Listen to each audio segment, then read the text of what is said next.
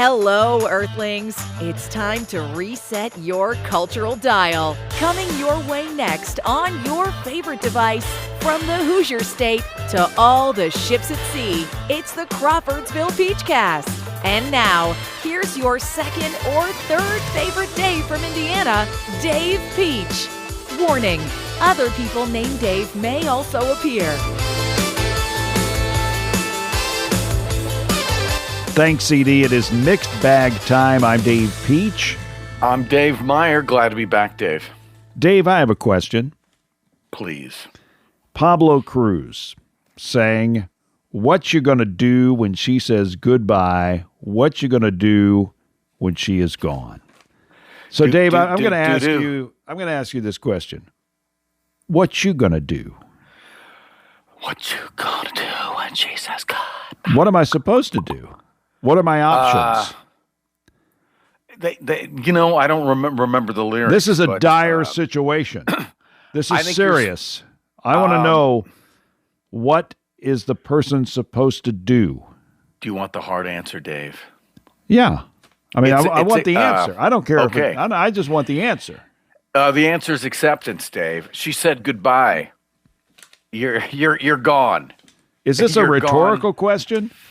I think it's what you. I don't know, Dave. The song is a very spirited tune. Yeah. So it's not threatening. What are you gonna do? I think it's like, when all at once she's ready to give you up and things didn't turn out the way you planned, and all your friends are calling you a fool, but you don't know a good time when you got it in your hand. Got it in your hand.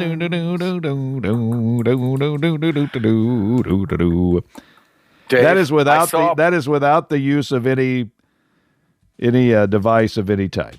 So, Dave, that's pretty. I'm pretty impressed with myself. What can I say? You should be. I'm going to pat myself on the back. Here we go. Dave, now we can. But what are you going to do? Well, I think what you're going to do is say with confidence that Pablo Cruz is not going to make the Rock and Roll Hall of Fame. No. They had a few hits, though, Dave. And I got to say, from my personal experience, they hold a special place in my heart, because my first concert of any ilk was Emmons Auditorium on the campus of Ball State University. I remember, Dave, I thought it was so cool. They had like a palm tree thing on stage. Worlds away, man. Worlds away. I was there with Christy Orr, and I think we were in 8th grade. And you watched Pablo Cruz. Were you? I watched Pablo Cruz. At some point, did you think that Pablo was going to come out and say hi to you? I still was under the ilk that Pablo, and he maybe was next door neighbor to Marshall Tucker, and they were going to gather, Who's the other guy? Marshall Tucker and I figured who that was. Go ahead. Yeah. Well, Jethro Tull would be another one. Yeah. That is not a real name. But what are you going to do, Dave? Molly Hatchet. Molly Hatchet. Right. I would love That's good. That'd be great to have her as a teacher. Yeah. Yes, I'm your sub today, edge. Molly Hatchet. Yeah. I like triple lead guitars, and my lead singer's name is I think Billy Joe. It was one of those names. Central Indiana Rubber Products provides the power for you. Central Indiana Rubber Products, or CIR, keeps farm equipment and local manufacturing processes running with gaskets, belts, seals, and O-rings, among a variety of other products and services. Employee-owned and always customer-focused. Central Indiana Rubber Products, 989 West, 83 North, Crawfordsville, and at indianarubber.com. Central Indiana Rubber Products, or CIR, power for you. There was a lot. When I was in high school, there was this big Southern rock. Oh my gosh, I mean, Dave! You couldn't pull a 38 special out without Leonard Skinner, Marshall Tucker. What's the one? Can't You See? That was Marshall Tucker. Molly Hatchet, Charlie Daniels. Oh, Elvin Bishop was in that world. Can't You See? The Outlaws. That's Marshall Tucker. The Outlaws. That was my first concert. The Outlaws and Molly Hatchet and John Mellencamp. Johnny Cougar. John Cougar. At the convention center. Well, I should say Always great for sound. Barry Manilow was my first concert in 1975 or something like that. But wow, Dave, was that before he was writing the songs, or it was around before? That time? Unbelievably, it was before he wrote. Still big. He wrote the songs. He only had about 10 top 10 hits at that point. Okay, now you are a. Who's your favorite? Let me ask you this: who's your favorite musical artist? Give me your 2 or 3 favorite musical artists that you listen to a lot. I would say Bruce Springsteen would be near the top of that. That's probably, and then I'm beyond that in the singer-songwriter world. There's a lot of different folks below that. Okay, now when you listen to Bruce Springsteen now, yes, do you listen to the hits? Or do you do the album cuts?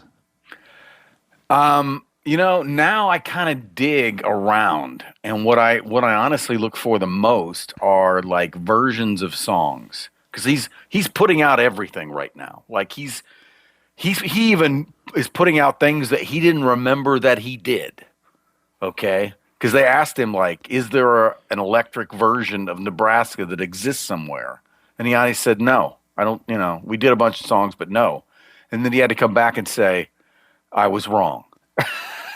There it is. So I find like recently. So you're looking for things that have not been released. Well, that have been like not the album cut per se. There's a song of his that he now closes his concerts with called "I'll See You in My Dreams." And he dismisses the band. They walk off. And it's the last song he does now. It's just him and an acoustic guitar. And it's kind of poignant. And I don't know. I was looking for that. And I found a version of it he did in some concert in Europe. It was perfect. So that's where I kind of tend to. But I can also just like, man, I want to hear what Born to Run sounded like. And not try to find a version, but just give me that album cut. I want to hear, ideally with a little bit of cue burn before it starts, if that would be possible. So you kind of like me and Barry Manilow. Yes. On my Apple, whatever that is, that you get your Apple Music. You get the music on Apple. I've got all album cuts and like maybe lesser hits. Yeah. I mean, I've heard. This one's for you. I've heard you mentioned I write the songs. Mandy, Could It Be Magic? I mean, all these songs over and over. Weekend in New England. Trying to get the feeling in. Weekend in New England. Even now, and I consider that a secondary hit. Read 'em and Weep. Yeah, that's kind of on the. That's on my. The album. No, I got it. Let's talk about that for a second, because this was, first of all, Barry didn't write it. It was the guy Jim Steinman that wrote all the Meatloaf, and this was during the era of Air Supply doing "Making Love Out of Nothing at All." I think Air Supply's best song. By the way, I saw Air Supply in concert. It was the most impossible concert I've been to figure out what songs that they have done. Because I'm thinking, well, what's going to be the encore? It's got to have love in it of some type. I mean, making love out of nothing. What do they have left? All out of love. I think it was all out of love, but I could be wrong. No, you're right. But their best song, I love their song, "Sweet Dreams." I'm gonna. Anyway, people I don't like my singing, but so I'm thinking about releasing it to the public via the Apple whatever, and say, hey, here are the songs. So you kind of go to maybe unreleased songs, because I'm not a huge unreleased Barry Manilow song guy. I want to go deep on the album. Right. I want to go deep on the album. I'm not that interested in unreleased stuff. Maybe that's just me. No, and I don't do it for everybody. First of all, most people you can't find this stuff. And if you do, there's a reason it wasn't released, right? Those scenes were deleted for a reason. That's why they're deleted scenes. I get it. These scenes are horrible. Why? But like, I look for versions. Why do you think they're not good? Like there's a song. Like recently, I heard a song, And then I looked it up, and just by chance, I got a version where the guy who had sung the song that I was looking for, there was a duet he did live with a guy that I'd heard of. So, and I ended up liking that better. So I'm like, it's a weird thing. I think it's just curiosity, but you know, I got to keep filling my soundtrack. I'm a Spotify guy now, so it's like I make lists. Well, like Sting. Let's take a guy like Sting, and he's got all these songs that you could listen to. But I always listen to his duet with Sheryl Crow. I can't even think of Sing it for me, Dave. You were always on. Not you were always on my mind. I was always on your side. I was always on your Always side. on your yeah. No. And yes. one thing I note about Sting, he's got to be the most articulate singer I've ever heard in my life. I mean, I don't know if he gets some help, but he absolutely nails it. Kind of like Fabrizio DeAndre. Similar, very similar. So anyway, now when you dig deep into your artist, you know that there's kind of a mine of movie songs that maybe didn't make an album, maybe not a big hit. Do you ever get into movie songs of your favorite artists? Because those are kind of mixed bags, if you will. They are, and I got to tell you, like first thought of mine when it comes to Springsteen is Streets of Philadelphia, which in the movie is good, but the amount of times the radio played it, I wanted to never ever hear that song going again, and I would never like if you made me. You said, listen, there's 1,000 Springsteen songs. I would find 1,000 before I put that on the list.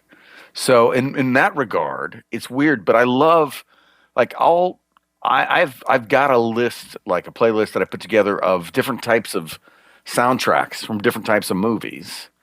And I have that, but I don't, when I think of like I like you and I, some of our earlier part of our life was during what I consider the prime edge of movie soundtracks filled with radio played music, right? Kind of late 80s to mid 90s, or even more early, I'd say maybe early to mid 80s. I mean, you got to get Flashdance and Footloose in there, don't you? Right, exactly. Yeah, I mean, Top Gun was huge. There were it was almost like you knew when certain movies came out that you were like, gonna like the soundtrack, or you were, the soundtrack was gonna be big. Whether or not the movie was good, you wanted the music. Footloose was after the other one, the Flashdance. Flashdance was first, and then Footloose. I feel like Flashdance was late 70s or like 1980. Flashdance probably. Was 83. Was it 83? Yeah, it's 83, yeah. Wow. Okay. Summer of 83, Wow. and then Footloose was 84. Yeah, I'm pretty sure on that one. Those were huge, Dave. Yeah, and this is big. the Kenny Loggins days, Oh, Kenny. I mean. So I, along with Barry Manilow, am a big fan of Steely Dan. You might have heard, in fact, there's a podcast where we did the top 35 songs of Steely Dan. It exists. It exists, folks. Now, Donald Fagen did a song from the movie soundtrack Heavy Metal. Ooh. Called True Companion. He also did a couple of songs. He did one song at least on the box office dud Bright Lights, Big City. And that one, I think it was 21 budget, 16 made. It lost $5 million for Michael J. Fox and whoever was his female. Yeah. I remember seeing that movie. Do you remember seeing Bright Lights, I remember Big City? seeing the promotion for the movie. Okay. Because it was Michael, our Back to the Future, Marty. Marty's doing cocaine. This is not good. This is a serious movie. Donald Fagen had a song in that one, but in the Heavy Metal movie, it was called True Companion. Okay. And there are 8 lines in the song. Okay. 8 lines in the song. Are you ready? I'm ready. Give me them all. True Companion. Crewman of the True Companion. I can see you're tired of action. In this everlasting twilight, home is just a sad abstraction. Just beyond the troubled skyways, young men dream of fire and starshine. I've been dreaming of my own green world. far across the reach of space-time. Dave, that feels more like a Rod Serling intro than lyrics for a Steely Dan song. Eight lines. What's a sad abstraction? A sad abstraction, and why green there at the end? Been dreaming of my own green world. Yeah. Okay. Far across the reach of space-time. Wow. What's space-time? That's woo. Look up the song from Bright Lights, Big City, because that's going to bug me. The flip side was Shanghai Confidential, and just so I can go on with my life. And but anyway, I was kind of going down some movie Steely Dan, Donald Fagen's follow up to The Night Fly. So I've kind of going to the those on the edge type albums. I don't know. I guess that's where I am right now. Bright Lights, Big City, Donald Fagen, and the song is we're gonna get out of here. Centuries End. Thank you. Centuries End. Got it. So that's anything else on music or anything like that? I mean, like, you hear songs and you heard them and there's something in your mind maybe that you want to hear it again, but a lot of times it's like, I doubt if you trot out Born in the USA. Not much. Yeah. No, again, that's you've kind of heard it enough, right? Right. And that's where, honestly, like almost everything on that album, which again was huge. The summer came out between my freshman and sophomore year of college. It was the biggest thing it felt like the next 2 years. Really? Oh yeah, it was because he toured on it, and they kept releasing singles. It was ridiculous. I mean, none of those. When I pull out Springsteen stuff, it's never from that. I mean, in concert, they're great, right? It's the Billy Joel thing. Like you're in the concert with everybody, the jukebox is incredible. But when you're putting together your own stuff, you're like, don't give me that stuff that I got fed so hard that it made little prints on my brain. But in concert, you want it, because I have heard of some artists going to more of an off-cut playlist, and it didn't work.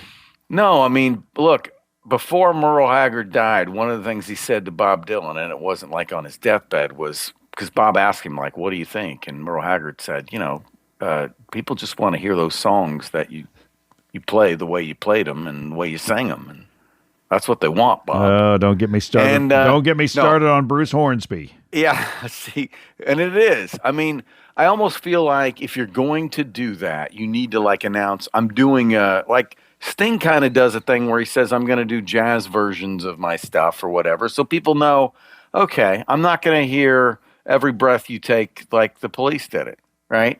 So then you kind of know. But when you show up and they're kind of doing it's like a workshop session, going to do this. I mean, obviously, as guys age and women, our voices change. So you got to lower the key. Maybe you slow things down.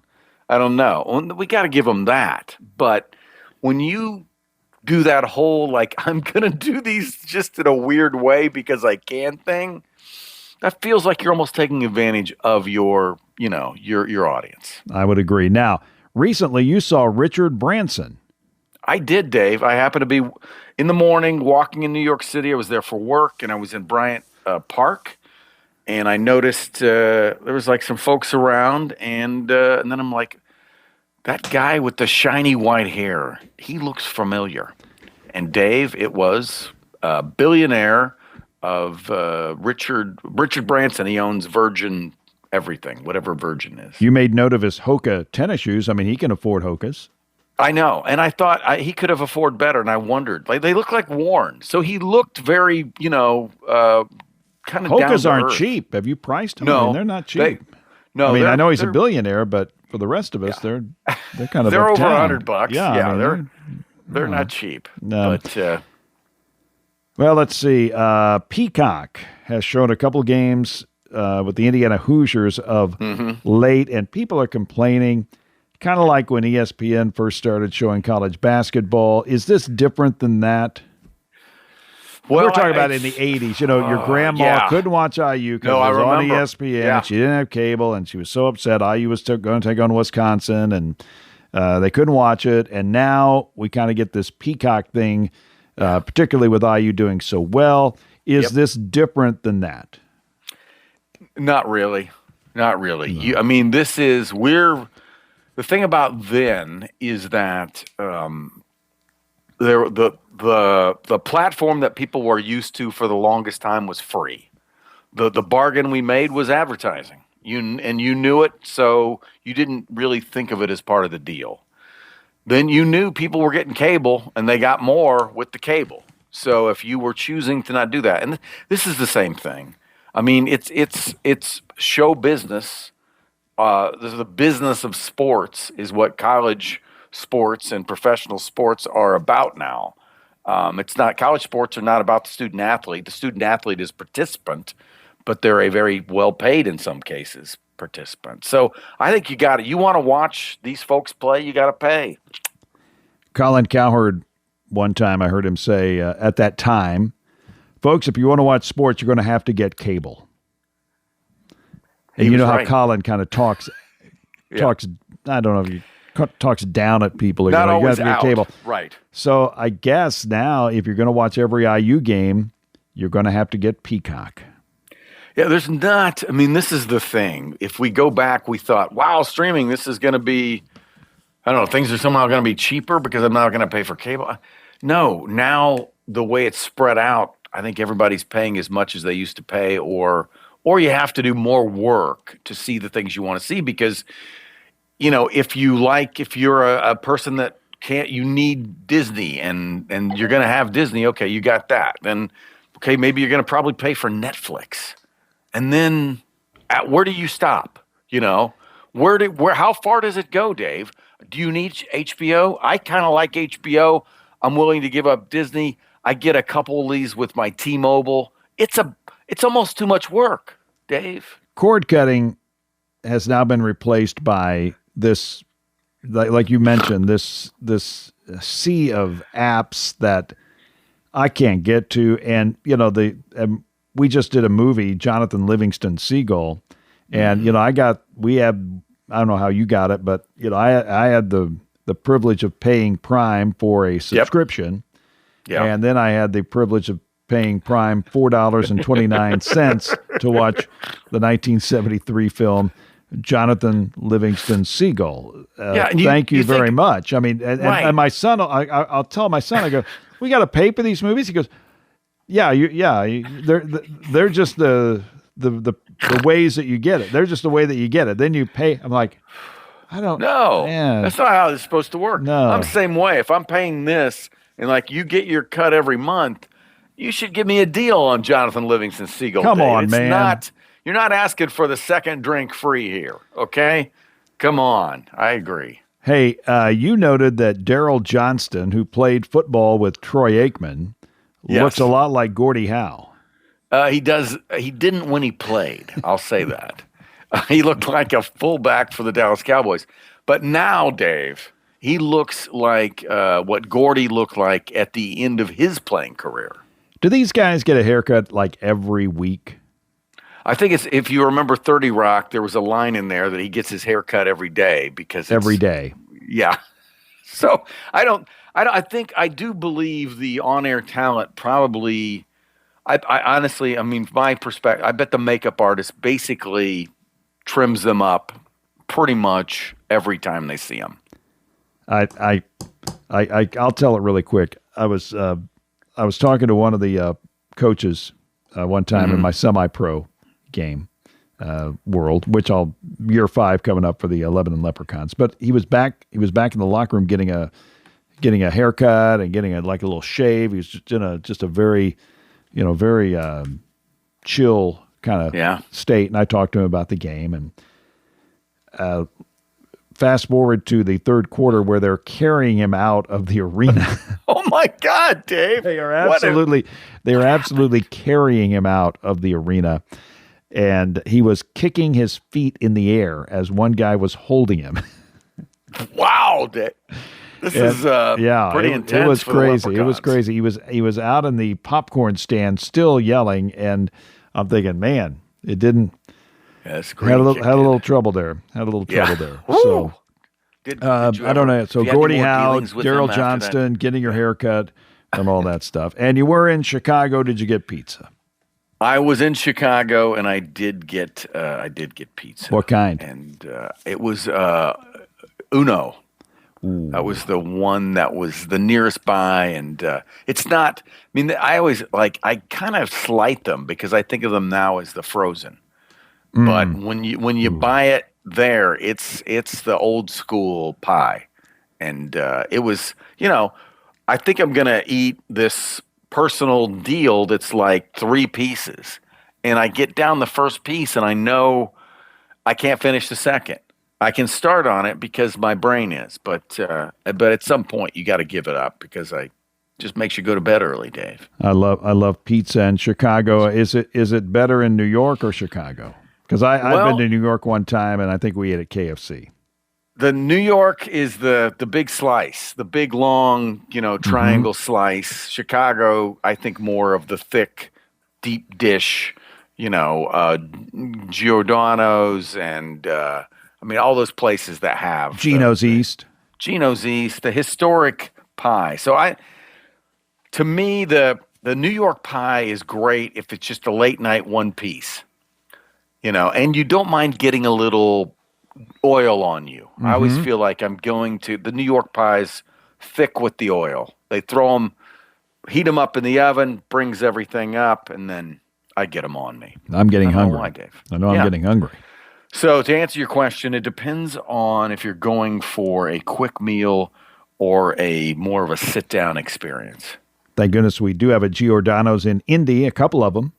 Yeah. And I get those maybe once a year. And of course, any pizza is good for me. But I do think whenever you mention Chicago being up there, I'm thinking, man, pizza. Yeah. Pizza. Give the pizza or Some people would say hot dogs.